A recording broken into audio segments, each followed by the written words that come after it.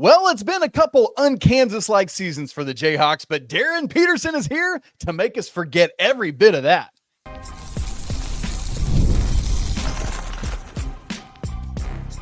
You are Locked On College Basketball, part of the Locked On Podcast Network. Your team every day.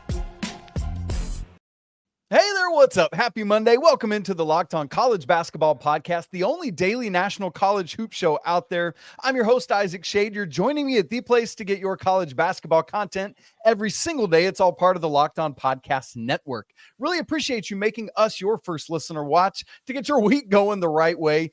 As always, you can listen to these episodes ad-free on Amazon Music as well. Right now, this episode is brought to you by FanDuel, and new customers can bet just $5. And if that bet wins, you're going to get $300 in bonus bets to use all across the app. Download it today. Special shout out to the everydayers who are here with us and all the members of the Locked On College Basketball Discord. Man, the conversation, the chatter's really picking up in there because we are 4 weeks out from the start of the regular season. Let's go. Today, we are doing our 24th team preview. If you want to see all of those, we got a playlist. I'll link it up in the corner there on YouTube over Mr. Derek's head for those of you watching on YouTube. Speaking of which, we're talking Kansas Jayhawks today. Storylines, personnel, schedule, X Factor, all of this kind of stuff and more. Joining me to help do that, of course, is the great host of Locked On Jayhawks, Mr. Derek Johnson. DJ, welcome in, brother. Great to have you. Oh no, great to be here. And hey, for those who are part of the FanDuel betting circle, you can get Darryn Peterson plus 850 to win the Wooden Award. I don't know. Ooh. In fact, we've got a FanDuel read later on. I've got some Big 12 championship odds lined up for that one, so that'll be fun to look at. Jayhawk believers, you're going to get some good odds if you think the Jayhawks could win that thing, because some people don't. So, quick run through last season, DJ. Jayhawks 21-13 overall, 11-9 in Big 12 play, finished 6th in the conference standings, lost in the quarterfinals of the Big 12 tournament to Arizona after beating UCF, who, by the way, Kansas beat in football on Saturday, oddly enough. 7th seed in the NCAA tournament, ended up losing to John Calipari and the Hogs, 79-72. Hunter Dickinson, leading rebounder and score average in a double-double last year. He is out the door along with a whole bunch of other people. We'll talk about that. DJ, here's where we got to start. I said it in the cold open that it's been two very un-Kansas-like seasons for the Jayhawks, and I think it's especially amplified because Kansas had that crazy long stretch of just like owning the Big 12 and nobody else sniffing it. The story we talked about a lot last year, this is the first time since the 1981-82 and 82-83 seasons finishing outside the top three in the conference standings. 6th last year and tied for 5th the year before. My question to you, does that get fixed this year? Do the Jayhawks get back into the top three? Man, that's tough because it's like you have Houston, you have BYU, Arizona, and there's a lot of good schools that you could realistically finish 4th or 5th in the Big 12 and still get, a 2 or 3 seed in the NCAA tournament and still have a lot of success. I am going to say they get to that point, though. Now, realistically, it could be like 3 teams are tied for 3rd or something in the Big 12, so it's like technically you got there. We'll count it. We're counting the team. There's a team, we're still counting it. And I get why from a national perspective, people are a bit lower on Kansas because of where it was last season. Yep. But and really for the last 2 years, when you're AP preseason number 1, you almost feel like you get spurned a little bit when it happens back-to-back years. This is a much different core of players. And I would just say, look at the bigger picture of what Bill Self has accomplished. Until last year, every single season, he had been a 4 seed or better in the NCAA tournament. It's just the consistency. And now he gets back to things where when you look at when Bill Self has an All-American lead guard, you go back to Sharon Collins in 2010 and 2011, or 2009 and 2010, excuse me. You win the Big 12 one year, make the Sweet 16. The next year, you're the number 1 overall seed in the NCAA tournament. You then fast forward to his next All-American lead guard, Frank Mason. They get a 1 seed, they go to the Elite 8. Next season, you have Devontae Graham, All-American lead guard. You get a 1 seed, you make the Final 4. And then you go to Devon Dotson in 2020, All-American lead guard. They were going to be the number 1 overall seed in the NCAA tournament. When Bill Self has an All-American lead guard, which I think they're going to have this season, I know Darryn Peterson is technically like a shooting guard wing. They're having him handle the ball. He is playing as the lead guard for KU. Bill Self tends to do pretty special things. Man, it's going to be so fun to watch that. This is a special young man. The question is just, what is the level of special? And that's what we're going to find out. Derek, I did some digging on this. You know, I'm a dork and I love stats and research. I started looking at it. You know, Kansas back-to-back years finishing outside the top 3. I wanted to know, when was the last time that happened 3 years in a row? So I went back and I did the research. Do you have any idea when the last time the Jayhawks finished outside the top 3 in conference standing was? Okay, so it gets interesting too, because then you start getting back into like the Big 8, and then it's like it's harder to do because there's just less teams. I'll say it probably happened in like the mid to late 70s. Well, here's why you're dead wrong, my friend. It's literally never happened in the history of Kansas. Like, literally, I went all the way back to this guy named James. You've heard of him, that started this great game. Never in the history of Kansas Jayhawks basketball have they finished outside the top 3. I mean, it like, again, going back to what you said about the longevity and the consistency, it ain't just Bill Self, man. It's this program, one of the preeminent blue bloods. And I think you're right. Until we just start to see a complete downturn, Bill Self deserves the benefit of the doubt, right? And I think that's very true. That said, right, we had another health scare for Coach Self this offseason. Derek, are any updates there? Like, is there any sort of concern about what role his health might play this season? So he seems to think it's not going to, and this is kind of I don't want to say continuation, but it seemed to be kind of a similar thing to what kept him out of the NCAA tournament a couple years ago. Right. But this one, he kind of mentioned that like it was just a much easier recovery process. Like that one wasn't just he missed the NCAA tournament. It took him time during the offseason to be able to get back and be fully coaching and be, you know, standing up and running around. He was back like running around in practice like a week later with this one. This one was much more of I don't want to say routine. Like anytime you're dealing with stuff with like the heart, that's not routine, right? But this one was definitely more of like I remember he did a press conference like a week after it happened, and he was like, if we had a game today or whatever, like I'd be coaching. It wouldn't be a big deal. So it obviously gets in the back of your mind, and the fact that this has now happened again it certainly makes me wonder. And we've had a lot of episodes about this, like, could this be Bill Self's last year? Could he have a couple more seasons, right? Because from a family perspective, you'd imagine like he's accomplished so much, and you start to wonder, like, if you're Bill Self's wife, Sydney, do you talk to him about like, what are we doing here? Let's have one more fun year. And I don't know if that'll be the case or not. Like the way they're recruiting right now certainly makes me think he's going to be along for at least a few more years for Kansas. But I think for this specific season, I don't really have any questions right now. We've seen other coaches. You think of Coach K, he had some like health stuff and back stuff throughout his time at Duke, and he was able to kind of power through it at different times. Maybe you miss a game here or there or whatever, but KU is well equipped too with the assistant coaches. Jock Vaughn coming over, former NBA head coach, former Kansas, All-American guard. So I'm not really concerned about it right now, but it definitely has to be a kind of constant in the back of your head. Like, could this be something that pops up at any point in time? Man, and we sure hope not, right? Like this, just anyone in life, we want them to be healthy, right? Like health, but man, just one of the titans of our game, and want him to be able to stick around as long as he wants to do it. And you'd hate for his body to tell him, hey, you're done. All right. I can't believe we've gotten multiple minutes into this thing and we haven't really talked much about Darryn Peterson. I know you did a little bit, but good grief. This student, I know we're going to talk personnel in the next segment, but it would be a crime for us to wait till that point to talk about Darryn Peterson and how special is he going to be. Derek, I said it a second ago, and this is what I want to ask you, right? Like, we expect him to be special this year. I think most people have him, there's kind of this top 4 core of freshmen, along with Cam Boozer at Duke, with AJ DeBanza at BYU, and Nate Ament at Tennessee. But at 247, at least, and maybe other places as well, Darryn is number 1 in this class. In your mind, what is the level of special we're talking about here? I mean, Bill Self has said, and he hasn't just said it once. Like, Bill Self has been known to at times like over exaggerate, especially during off-season talk. But the fact that he's now said it multiple times, that this is the best freshman that he has ever recruited to Kansas. Jeez, right? You're talking about, Andrew Wiggins was a second-team All-American as a freshman, put up 17 and 6. Joel Embiid was obviously a freak show before he got injured in what he was able to do. Josh Jackson had a great freshman year. Is that a neck for what? I'm trying to remember now. He's had so many injuries now in his NBA career that blend together. Yeah, back. No, but you think about like in all the freshmen and 5-stars and McDonald's All-Americans that he's recruited, and he has said that multiple times now. And it feels like this is the most ready-made. Like some of those like Wiggins, part of the reason he was the number 1 recruit was about the athleticism and the potential.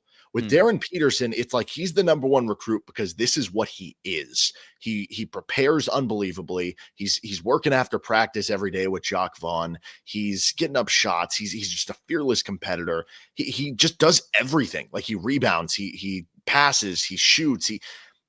I dream of a player. And I keep like getting worried that we're getting too high on the hype meter for a player we've never seen a college basketball game.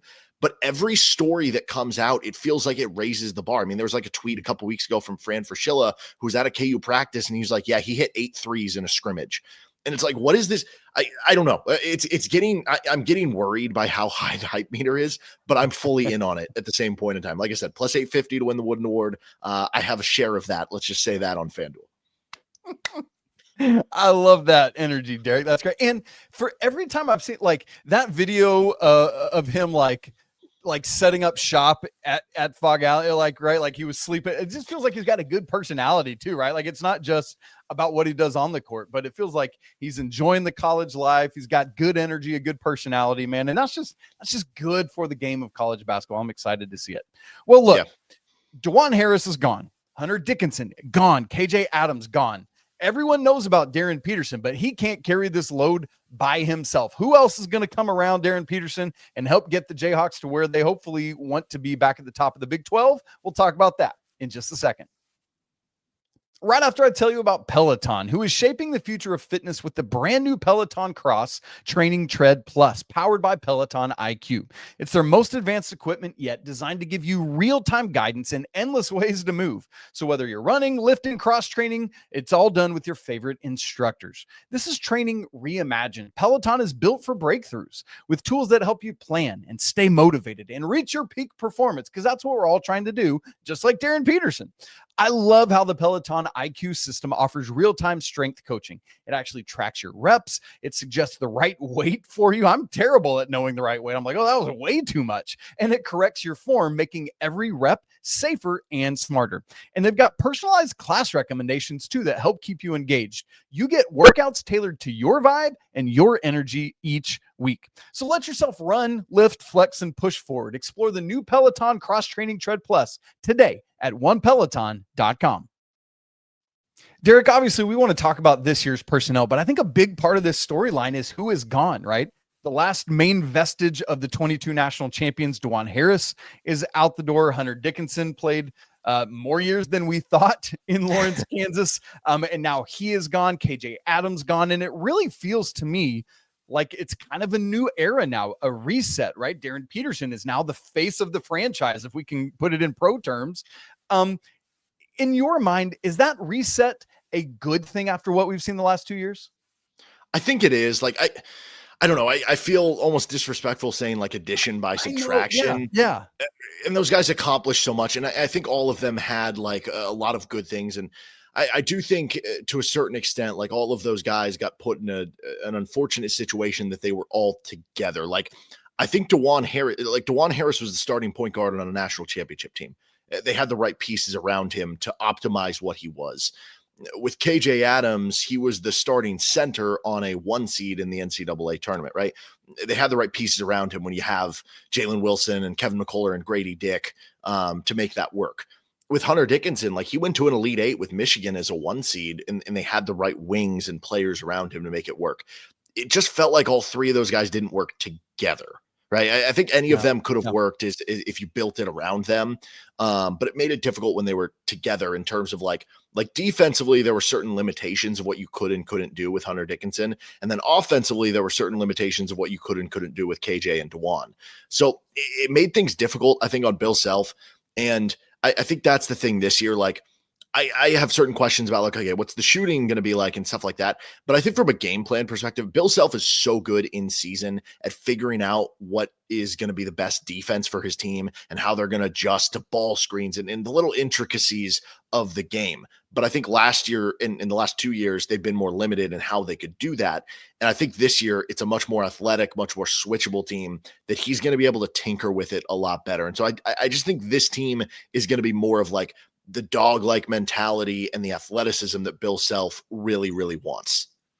There's not much back in terms of returners, but I think the biggest name everybody's looking forward to just see blossoming this year is Flory Bidunga, who entered the portal this offseason, thankfully decided to stay. Love to see that. Elmarco Jackson back from injury, obviously didn't get to play last year. And Jamari McDowell back from a red shirt last year as well. Contributed. He played like 30-ish games his freshman year. And then a couple guys that are more of the walk-on variety. But really, man, to me, this is about Flory and how can he break out, and Elmarco and what can he do coming back from injury. Yeah, and I was looking back at a couple guys that I found interesting in Flory's development. Udoka Azubuike, who from year one, he got hurt in year one, and then year two, he broke out. He was like all Big 12 third team player, very efficient, dunked everything. The guy that I've kind of been comparing this to, because I think there's some interesting comparisons as a team, was Cole Aldridge. So Cole Aldridge goes from being like the fifth big man on the national title team, McDonald's All-American center, to all of a sudden he's the starter the next year with Sharon Collins. I already made the comparison with Darryn Peterson to Sharon Collins. And that was kind of year 1, too. It was Sharon and Cole, just like it's Peterson and Flory as kind of your two stars. And then you've got a bunch of like role players around him. And Cole Aldridge was a really good shot blocker. He wasn't the most diverse game offensively, but like he had enough to score some points and get angles and dunk the ball and stuff. Good rebounder. I think there's a lot of interesting pieces there that make it with Flory. The key for me is can Flory stay out of foul trouble, right? That's always a big thing with young bigs, but like there were some moments last year where you could see this dude is like athletically just a freak. And if he can be more consistent and be stronger and do a good job boxing guys out defensively, like the sky's the limit. Flory is a absolute freak. And I'm expecting very big things. I'm expecting, close to double-digit rebounds per game, 2-3 blocks per game. I think him and Darryn Peterson is going to be a really fun duo. Yeah, man, the bookends of the lineup, man, I just am so excited about. And then that means what's 2 through 4 look like, basically, is I think a lot of the question. In terms of the portal, I think a lot of the frustration of the last 2 years, Derek, if I read the tea leaves correctly, is with there's been some misses in the portal and evaluation and some things like that. So you look at these guys coming in, Jaden Dawson from Loyola, Trey White from Illinois, Melvin Council Jr. He's a Bonnie. Well, now he's a Jayhawk, but he was a Bonnie. Guy Nala coming over, played in Canada. This dude is 26 years old, gang. What are we doing? What do you make of this portal haul? Do you think it can kind of change that narrative we've had the last couple of years for the Jayhawks? You definitely wished that there was like one more like big piece as part of it. They were going for like a Darian Williams. Like that would have been the perfect kind of finishing touch to this, which right? We thought he was right. Yeah. You and I talked about that. Of course. I still think this was a solid Porter class, right? Like I think people are sleeping on it a little bit from a standpoint of going back to all the misses they had in the portal. They changed their approach this offseason. They said, you know what, forget going for the big stars and everything. Go for the fits. Go for the role players. We have the dynamic player in Darryn Peterson. Find the guys that will fit around him. Not too dissimilar from what Duke did with Cooper Flagg, though they also had like a couple other first-round picks on their teams. That's a little bit different of a situation. But Jaden Dawson is a good shooter, good defender, right? It fits perfectly if you have somebody dynamically on the ball. Melvin Council is somebody who has been a driving force for this team in terms of his mentality with the practice habits and with working hard, and he's going to be a really good defender. I forgot to answer about Elmarco Jackson. You asked that question earlier. Sure. He's somebody who can be a really good defensive player on the outside, and the hope is that his offensive game comes around a little bit more this year.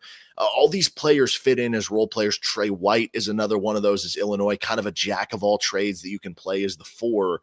That the idea is going to be you just have a nice kind of mix of role players that you don't need them to be star players. You have that with Darryn Peterson, and that you have enough there. And then you look at the other theme of like athleticism. That was another thing Kansas went out and got in the portal. You think about with Trey White, they're going to be playing him at the 4. Like he's pretty athletic for a 4. Melvin Council, very athletic, fast guard. Like the guy that he kept getting compared to from a KU perspective was Tyshawn Taylor. Marco Jackson, obviously not out of the portal, but he's like a very athletic guard as well. Jaden Dawson's got everybody's seen that one.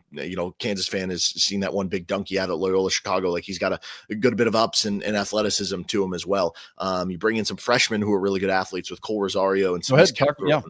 Yeah, and I mean, Paul Mbia is center you brought on from overseas. He's got like 7'9" wingspan. It's unbelievable. So when you look at length, when you look at athleticism, like this team has that now. And yes, even though I do have some questions again about the shooting and who's going to be your other like dynamic scorers, it's just going to be much more of a Bill Self team where guys fit into their roles and have that a little bit better than trying to be like, hey, AJ Storr, we know you've done this in the past. Can you do this for us here? Or Rylan Griffin, we want you to do this. And it just never really works. Yeah, and I'm with you. I think that's my biggest question too, is where's the sharpshooting coming from? But we'll see how it all works together. Yeah, it's funny enough. We talked about Darryn Williams, who winds up going to NC State. Paul Mbia, who you just mentioned, initially committed to NC State, rescinds on that, and then comes over to the Jayhawks. Kind of cool because he and Flory are both Congolese. And so hopefully that's been helpful for both of those guys. Mentioned Darryn Peterson, Cole Rosario, another he reclassed, committed over the summer. Calderon coming over from OTE, a big small forward. Corbin Allen initially committed to San Diego, ultimately decides to come to Kansas, which I think is so cool because he's a KC kid. He played for sure. Speaking of Sharon Collins, right? Is that right? In high school? Yes, they won a state championship nearby. He's somebody who could be kind of a long-term developmental guy, but they've had some success with those guys. So, man, so you look at all this, and obviously, Derek, again, we think about all the guys that are out because it wasn't just the Dwan and the KJ and the Hunter. There was AJ Storr and Diggy Coit and Zeke and Rylan and Zach Clement, Shaquille Moore's. I mean, it feels like half last year's team either went to Texas A&M or Maryland. Speaking of which, man, poor Marquise Passmore popped his Achilles. Thoughts to him as he recovers from that. So, Derek, all of that said, all of these guys, as you look at it, who is your starting five right now? And I know it's like, that's the cliche thing because it's all about who finishes games and who gets starters minutes, but everybody wants to know who's my first five. So as it stands right now here at the beginning of October, who's your starting five? Yeah, so I mean, the locks are Peterson at the 1, which I think defensively Peterson will basically be a 3, but offensively he'll be the 1. Flory at the 5. I think Trey White's a lock at the 4. You don't really have a lot of other like wing true 4s on the roster. That is something where if like you play a matchup with a team who has a couple good wings, I don't know how Kansas will match up there. And then the real competition is at kind of the 2-3 spots. Yep. Kansas might play 3 point guards at once. They could go basically Peterson, Elmarko, and Melvin Council. Jaden Dawson could be that guy. And the guy that's been kind of picking up that steam is Cole Rosario. Really? Going back to the shooting thing, Rosario is kind of a streaky shooter. And when he is on, he is really on. But he's a good hustler. He's a very good athlete. There have been some they're different players. Christian was a bigger player. Cole is a little bit different in what he does, but there's some similarities between Cole Rosario and Christian Brown. And Christian Brown came in as a freshman. He was, I don't even remember if he was like inside the top 100. He was right around it in his recruiting ranking. Yeah. He played like 18 minutes per game on the team that was the number 1 overall seed as a true freshman. Just to be fun with this, like I think there is a very good chance that it ends up being like Council and then, Elmarko as your other options. But I think from the shooting perspective, I'll go with that. I'll go Peterson at the 1, Melvin Council at the 2, Cole Rosario at the 3, and then Elmarko Jackson as your first player off the bench with Mbia as your first big off the bench. Man, that's so, and I'm glad I'm kind of seeing things the same as you. I was like, I feel like 1, 4, and 5 are locked in, and I've been wrestling with Elmarko, Melvin Council, Jaden Dawson. I hadn't put Cole Rosario in the mix for starting at 2-3. So I'm so glad to hear you say that. So it really feels like maybe it's 2 of those 4, but then you've got a solid core behind them coming off the bench. Plus, as you said, Paul Mbia, and there's 8, and that's what you need in college basketball, right? And so Derek, I feel great about that.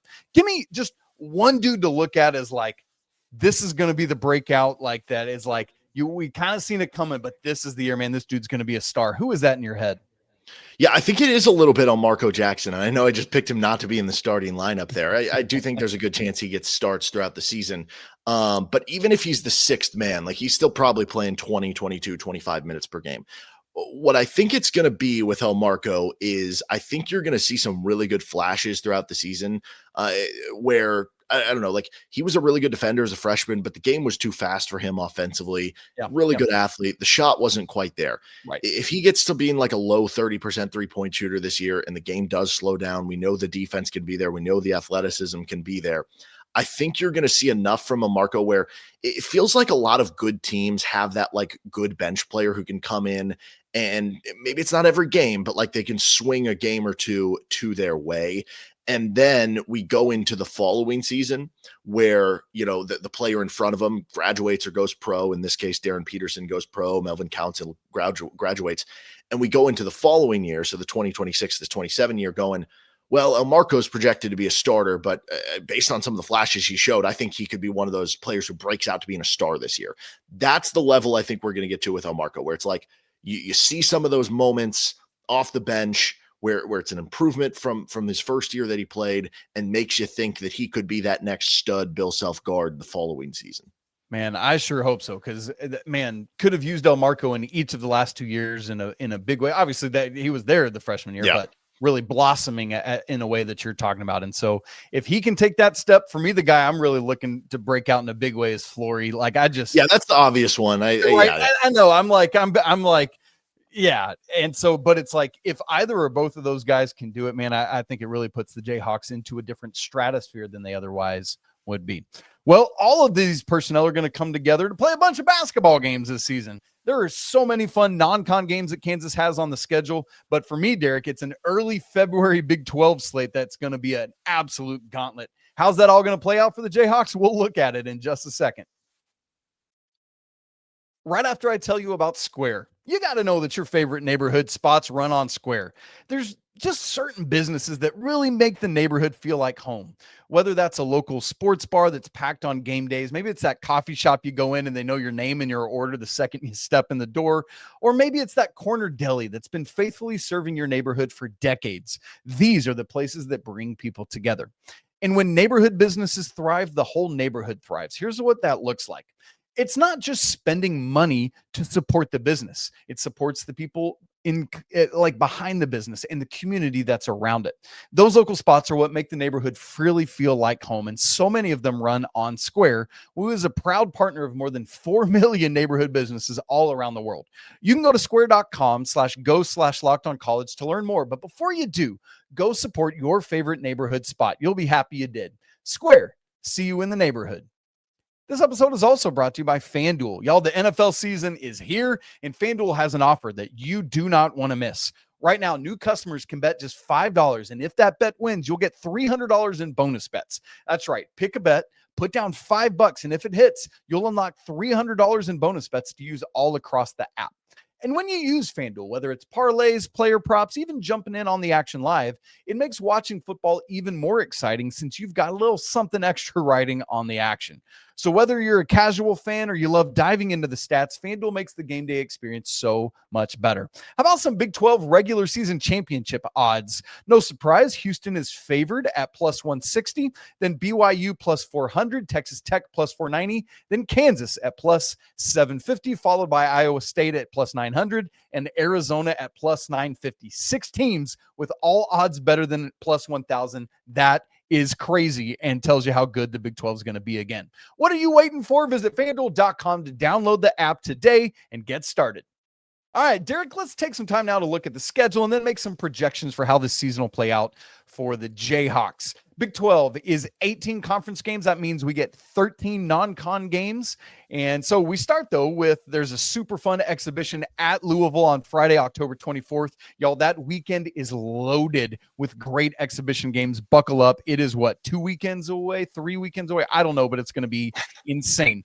Let me just point out the other high major games on the schedule, with all due respect to Green Bay and A&M Corpus and all them. Friday, November 7th, that's the first Friday of the season, the return game to Chapel Hill to play at Carolina. Man, getting these two Blue Bloods playing home and home for the first time ever is crazy cool. An exciting game last year that came right down to it. A furious comeback for Carolina, fell short. Kansas wins. Then we fast forward ahead to Tuesday, November 18th. That's this year's Champions Classic. And we will have two of the highest rated freshmen in the country squaring off in, obviously, Darryn Peterson and Cam Boozer, because Duke and Kansas, that means we'll get Kentucky, Michigan State in the other game. I guess we'll have two of the top freshmen squaring off in the Kansas-Carolina game as well, with Caleb Wilson for the Tar Heels. Then the next week, we get the Players Era Festival on the front end of Thanksgiving. Monday the 24th against Notre Dame. Tuesday the 25th against Syracuse, and a TBD game for Game 3, either on Wednesday or on actual Thanksgiving Day. And then Tuesday, December 2nd against UConn. Looking forward to that one. And then the next Sunday, we got the Border War on December 7th at T-Mobile in Kansas City. And then a return game to NC State on Saturday, December 13th. Really probably could have scheduled that better where it's like, let's just make one trip to Carolina to play the Tar Heels and the Wolfpack. But, there we go. That's a fun game, obviously, because of Darryn Williams going to NC State instead of Kansas and Paul Mbia pulling out of NC State and coming to Kansas. Derek, man, this is a fun non-con. What do you make of it? It's very tough. It's very tough, and especially for a Kansas team with a lot of new players and counting on, freshman Darryn Peterson. I don't know. What would you think would be like if I told you right now with 13 games, if I told you Kansas went 10-3 in the non-con, would you say that would be like a respectable? Huge success. Obviously, it depends on who those losses are to, but let's say you lose in Chapel Hill and you lose to UConn. And then maybe whoever the third game of Players Era Festival is, or to Duke, right, in Champions Classic. If it's those 3 games, that's all very respectable, right? You want to win the bye games. I know everybody slips up sometimes, but I would take 10-3 going into Big 12 play and be like all thumbs up, because I feel like those first 2 Players Era games are very winnable. NC State's going to be good. That's going to be a tough road game in Raleigh. But I feel like if you can pick off a couple of those like blue blood high major type games, finish 10-3, absolutely I would take that. Yeah, I think if you can find a way to split at North Carolina and Duke, if you find a way to, I guess, between Connecticut, Missouri, NC State, can you go 2-1 there? Yeah, and then maybe you can get out of it with 2 losses. But yeah, I think 3 would be totally fine if that were the case. Looking ahead then to the Big 12 play, which is always crazy. Derek, it's this stretch at the end of January to Valentine's Day that's wild to me. Hosting BYU on January 31st, at Texas Tech on February 2nd, Utah sandwiched in the middle. Thank you for that breather at home. Then Arizona comes to town on February 9th. All due respect to Utah and Coach Jensen. And then they got Kansas last year, so that's right. That's right. Payback is coming. And then on Valentine's Day at Iowa State, dude, that is a crazy tough stretch, Derek. How are they going to navigate? Well, first of all, I don't know why we're only getting the BYU game once. That is a huge mistake by the Big 12. I mean, that is such a good TV rating boost to have AJ DePonson. When they played in high school, you had a game where one of them put up like 61 and the other put up like 50 something. So like, why would you not want that twice? I don't know. Anyway, I mean, obviously the sanctity of Allen Fieldhouse should hopefully help you there. You would think with the getting at least a couple of those at home. Obviously, like you said, the Utah game is one that's one you need to take care of there. If you can win those 2 home games, BYU, Arizona, in addition to the home game against Utah, at the very least, walking out of that 3-2 isn't the worst thing in the world. And then again, if you even win one of those 2 on the road, Texas Tech or Iowa State, you're going to be sitting pretty. Dude, yes, absolutely. I mean, again, one of the nice things is that in this day and age where we're not just looking at records, but really the selection committee taking into account who you played, I think is such a big deal. And it's wild as we lay this out to realize how many of the other elite 5-star freshmen Darryn Peterson is going to be going up against. Caleb Wilson, AJ DeBansa, Cam Boozer. This is so much fun, and I love it, and that's what we're always looking for. Somehow we got to figure out how to get the Jayhawks in Tennessee to play so we get some Nate Ament, and then we'd really Mikel Brown with Louisville in the exhibition. Dude, at least. That's a great dude. He's such a good guard. I wonder if they'll guard each other. That's going to be fun. I cannot wait. So, Derek, all that said, we look at that. Where do you project Kansas to finish in Big 12 play? I know we kind of said like 10-3 would be a nice non-con. So what do you think about for a Big 12 record and finish? Yeah, so I mean, Houston is just such like a barrier in the Big 12 right now. Yeah. I'm trying to think what finished the Big 12 like third. I will going back to making that prediction, like will Kansas finish in the top 3 again this year? Like I'll say that they're at least able to get in there. Again, it could be a tie. So last year you had Houston at first at 19-1, Tech at second 15-5, and then 2 teams tied for third at 14-6. I'll say Kansas gets to around that mark, 14-6, 13-7, 15-5, somewhere in that range that gets them tied third. Or even in the top 2, possibly maybe it's tied second or something like that. And I think if you do that in the Big 12 with as difficult as the non-con is, as long as, you do go 10-3 or something in the non-con, that might get you a 2 or 3 seed in the NCAA tournament. And I think that would be a very respectable season for KU. I mean, I think a lot of places in the preseason rankings have them closer to, I don't know, the 15 to 25 range. I've even seen some that don't even have them ranked or have them in the 30s, which I think that's a little crazy. That's for low, my man. Yes. Yeah. But it's at least out there. And so, if you're saying, hey, you're preseason number 18, that projects you to be in a 4 or 5 seed, right? So I think that'd be a very good season for KU. And I think that's definitely doable for them to accomplish. Derek, let me give you what I see as kind of a floor and ceiling for Kansas, and you push back on it. For the floor, it's like Flory can't take the next step forward. Darryn is really good, but not like world-changingly special. The portal guys aren't great. The shooting's missing. Wind up finishing like 5th or 6th in the Big 12, 7 or 8 seed, and losing the first round. On the other side, the ceiling, Darryn Peterson is all-world and then some. Wins that Wooden Award you've been talking about. Flory is that next great Kansas big, as you said earlier. Everything's clicking. Kansas is Kansas again. Finish maybe 2nd in the Big 12, get that 2 or 3 seed and make it to the Elite 8, or, who knows when you get in the tournament, right? But I think that's like a reasonable expectation. Floor, ceiling, push back on it. Yeah, so I do think with Flory, one of the big things that he's going to bring is offensive rebounding. And I think that's the case with Paul Mbia as well. And with Hunter Dickinson, elite defensive rebounder. He wasn't necessarily, I wouldn't view him as being like as elite of an offensive rebounder per se. In fact, he was 205th in the country in offensive rebound rate, but top 35 in the country in defensive rebound rate. Flory brings more offensive rebounding. And I think they're going to be a better offensive rebounding team. And when you give Bill Self extra possessions, he takes advantage. The last time you can go back to Kansas being a top 50 offensive rebound rate team in the country was 2022. They won the national championship. Before that would be 2020. They were going to be the number 1 overall seed in the NCAA tournament. Before that, 2017, again, 1 seed, they made it to the Elite 8. Before that, you go back to 2015, they got a 2 seed that year. 2014, they got a 2 seed that year. 2011, they were a 1 seed that year and ended up making the Elite 8. 2010, they were 22nd that year. They got the number 1 overall seed. So like on and on. Point being, when you give Bill Self extra possessions and they're good offensive rebounding, they tend to figure it out offensively. Then I go back to the idea of having that All-American guard like Darryn Peterson. I think that on its own is going to, I think this is going to be one of the 5 best defenses in the country.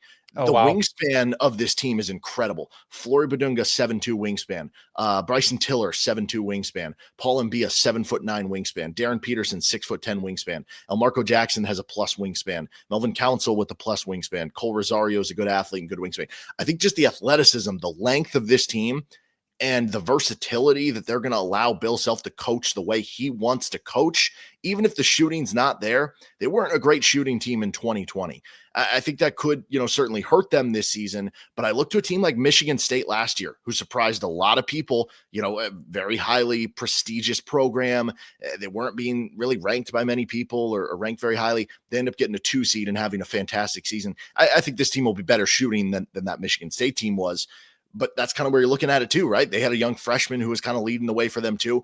That's kind of where I look at this. Now, there is that world where, if the shooting is really bad and Flory doesn't take the next step, maybe they are closer to that 4 or 5 seed. But I definitely think the floor is still higher than what ended up being the case last season. That's a great way to put it, man. It's great and so true about the offensive rebounding, Derek. I'm glad you brought all those numbers, and that's really helpful to understand. Yeah, I think at the end of the day, this team is probably being slept on pretty severely because it's just like, I think with the length, the capability, just the talent level, less defensive liability from your starting 5, right? Like it's just I love that you said, I think the floor is higher this year than it was last year. And I think that's a good point. But we've always got to look at that sliding scale of the floor and the ceiling. Sorry, I'm just knocking my microphone out of the way. And man, it's going to be really interesting to see. We'll learn a lot against Louisville. And then at that return game at North Carolina, another team that isn't getting the benefit of the doubt. It's interesting to see how those 2 teams kind of parallel themselves because of what's happened in recent years, and understandably so, right? Like they probably don't deserve the benefit of the doubt, either of them right now. So that'll be a lot of fun. Derek Johnson, my man, you are the absolute best. Folks, make sure you check him out on Locked On Jayhawks. Great stuff. Again, we are 4 weeks to the day from the start of the season on Monday, November 3rd. It's going to be electric. Absolutely cannot wait. Give Locked On Jayhawks a follow. If you haven't followed us on Locked On College Basketball, make sure to do that. If you haven't dived into the Locked On College Basketball Discord, we'd love to see you there as well. That link is in the show notes, absolutely free to join. You guys, as always, I want to say apologies to the Lawyer family. Let's go Wild Pope. Shouts to the McBruins. And until tomorrow, peace.